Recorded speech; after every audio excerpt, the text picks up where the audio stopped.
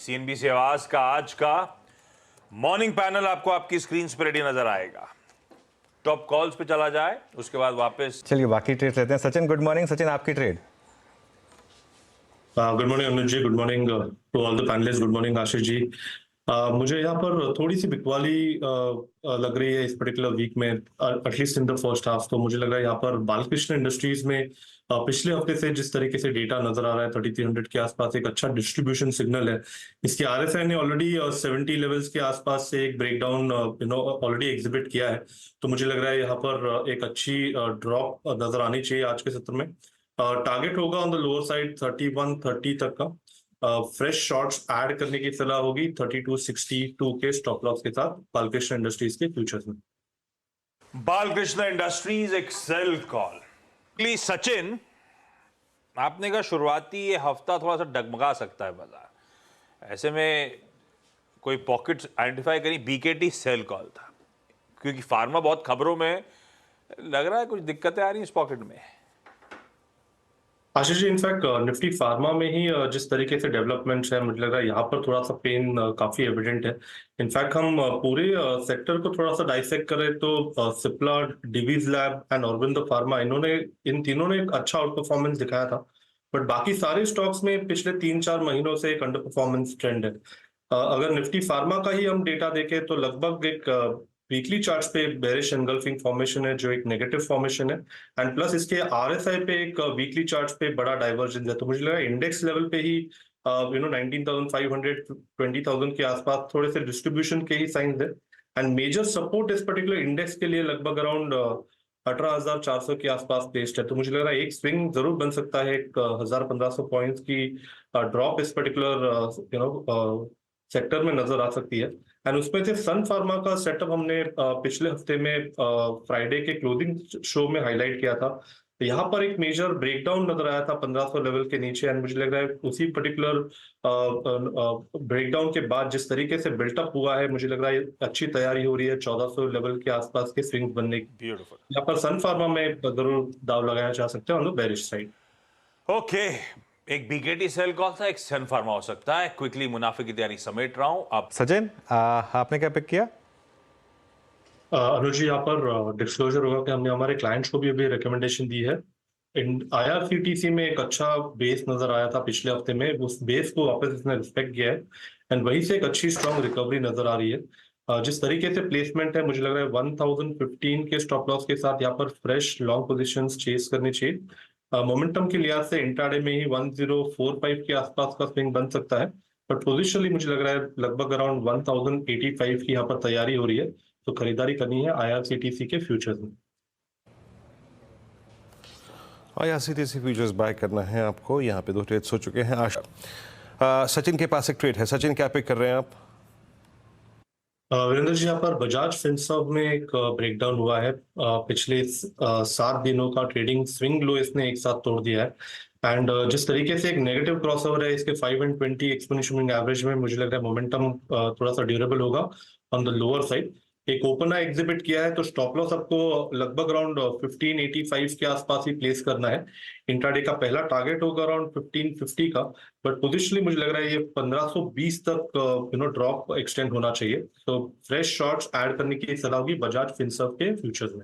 Okay, fresh shorts add करने की सलाह होगी इस समय मार्केट में। मीनवाइल उसके अलावा एक बार कैनफिन होम्स लेकर आइए जरा। काफ़ी इंटरेस्टिंग प्राइस यहाँ पर कैनफिन होम्स में, और हाउसिंग फाइनेंस पर खैर ये लगातार बात हुई भी थी। कैनफिन होम्स इस समय अच्छा खासा प्रेशर में। सचिन कोई ट्रेड यहाँ पर? अनुज जी, इनफैक्ट डिस्क्लोजर होगा कि अभी अभी हमने हमारे क्लाइंट्स को भी ये रिकमेंडेशन दी है। ट्रेडिंग के लिहाज से भी मुझे लग रहा है 920 के आसपास का स्विंग बन सकता है। एक अच्छा बेस इसने फॉर्म किया है। पिछले हफ्ते में थोड़ी सी एक करेक्टिव रैली यहाँ पर नजर आई थी।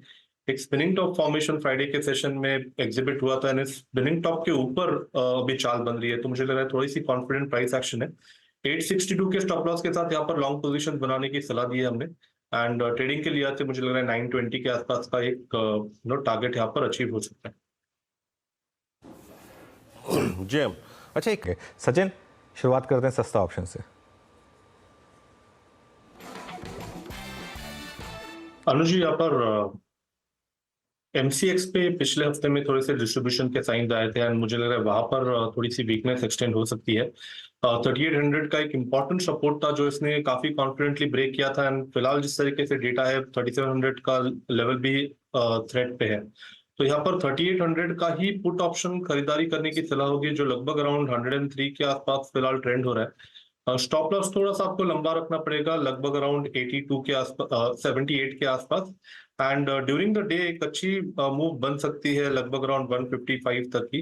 तो खरीदारी करनी है एमसीएक्स के 3800 के पुट ऑप्शन में। ओके 3800 के पुट ऑप्शन में MCX के आपको करनी है खरीदारी। ये हो गई सचिन की ट्रेड। इस बीच Sachin, look at Canfin homes, day high पर 886 पे इसने अपनी प्रॉपर्टी को, अपनी स्ट्रेंथ वाली प्रॉपर्टी को रत्ती भर भी सर्विलेंस वाले बाजार में नहीं छोड़ा, डे हाई पर आके ट्रेड करता हुआ। आपका टेक इस वक्त कैनफिन होम्स पे सचिन? वीरेंद्र जी, हमने डिस्कस भी किया था एंड 920 का हमने यहाँ पर एक टारगेट इंडिकेट किया है। डिस्क्लोजर होगा कि हमने हमारे क्लाइंट्स को भी ये रिकमेंडेशन दी है। एक classic higher top higher bottom sequence है यहाँ पर डेली चार्ट पे एंड जिस तरीके से अपने 5 डे एक्सपोनेंशियल मूविंग एवरेज को इसने रिस्पेक्ट किया है तो मुझे लग रहा है क्लोजिंग बेसिस पे जब तक ये स्टॉक 870 के ऊपर ट्रेंड हो रहा है मुझे लग रहा है इसमें जो बुलिश बायस है वो कंटिन्यू ही रहना चाहिए। एंड पोजिशनली भी अगर मार्केट थोड़ा सा स्टेबलाइज हो जाता है तो आई थिंक इस पर्टिकुलर स्टॉक की आउट परफॉर्मेंस कंटिन्यूटी होगी। तो अगर डिक्लाइन अभी भी मिलते हैं तो खरीदारी करने की ही सलाह होगी 920 के टारगेट के लिए। कैनफिन होम्स थोड़ा सा एग्रेसिव है ये स्टॉक इस वक्त। मीनवाइल सचिन के पास भी एक कॉल है। सचिन, अनुज जी, यहाँ पर आपने आईटी का जिक्र किया है, वहां पर नौकरी में एक अच्छा ब्रेकआउट हो रहा है तो मुझे लग रहा है वहां पर थोड़ा सा ध्यान देना चाहिए। 60 मिनट्स का डेटा काफी पॉजिटिव है। 6400 का एक मेजर हर्डल है जो उसने ब्रेक कर दिया है एंड वहां से जो मोमेंटम मिला है तो मुझे लग रहा है 6400 के स्टॉप लॉस के साथ ही यहाँ पर फ्रेश लॉन्ग पोजीशंस ऐड करनी चाहिए। इंट्राडे का पहला टारगेट होगा अराउंड 65-60 का एंड पोजिशनली मुझे लग रहा है काफी आउट परफॉर्मिंग ट्रेंड रही है ये। तो 6800 के लिए वेल पोजिशन्ड है तो यहाँ पर खरीदारी करने की सलाह होगी नौकरी के फ्यूचर्स में। मीनवाइल अब चलते हैं सचिन के पास। सचिन, आपकी फ्रेश पिक्स इस समय की? अनुज जी, पिछले हफ्ते में हमने मारुति पे एक सेल कॉल दिया था एंड लगभग नीचे के सपोर्ट की एक्सपेक्टेशन थी अराउंड 12,200 के आसपास थी। वहां पर वो स्विंग जरूर बना एंड वहां से एक अच्छा रिवर्सल नजर आ रहा है तो मुझे लग रहा है यहाँ पर थोड़ा सा मैं कॉन्ट्रा ट्रेड लूंगा ऑन द बुलिश साइड। जिस तरीके से मारुति का स्ट्रक्चर है, जिस तरीके से डेटा यहाँ पर इवॉल्व हो रहा है मुझे लग रहा है एक अच्छी रिकवरी इस पर्टिकुलर हफ्ते में आ सकती है। लगभग 12,430 एंड 12,600 ये दो लक्ष्य के लिए यहाँ पर फ्रेश लॉन्ग पोजीशंस डिप्लॉय करने की सलाह होगी। स्टॉप लॉस मारुति पे आपको लगभग अराउंड 12,070 के नीचे लगाना है एंड फ्रेश लॉन्ग्स ऐड करने हैं मारुति के फ्यूचर्स में।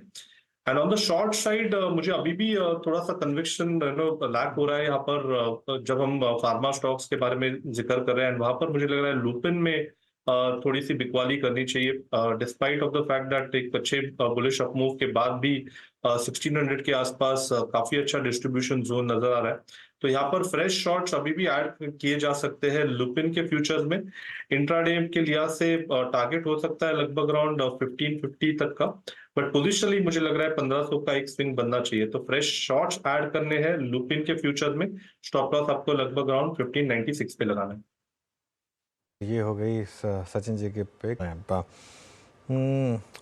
इन्फो एज नौकरी, आई थिंक नौकरी किसकी ट्रेड थी ये पिछले शो में? कई बार जरा मुझे रिमाइंड कराइए।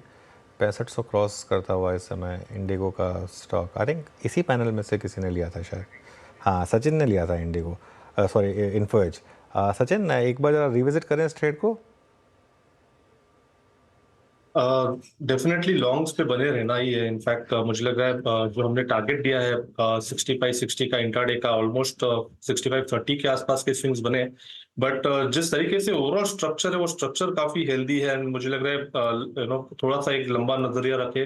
मार्केट जैसे ही स्टेबलाइज हो जाता है मुझे लग रहा है इसका आउट परफॉर्मेंस जो है वो कंटिन्यूड ही रहना चाहिए एंड लगभग पोजिशनल टारगेट जो हमने दिया है 6800 का, आई थिंक वो यहाँ पर वेल इंटैक्ट है। सो जिस तरीके से स्ट्रक्चर है, मुझे लग रहा है मोमेंटम को भी चेज किया जा सकता है 65-60 के टारगेट के लिए इंट्राडे के लिहाज से। एंड अगर डिक्लाइंस मिलते हैं तो अभी भी खरीदारी करने की सलाह होगी।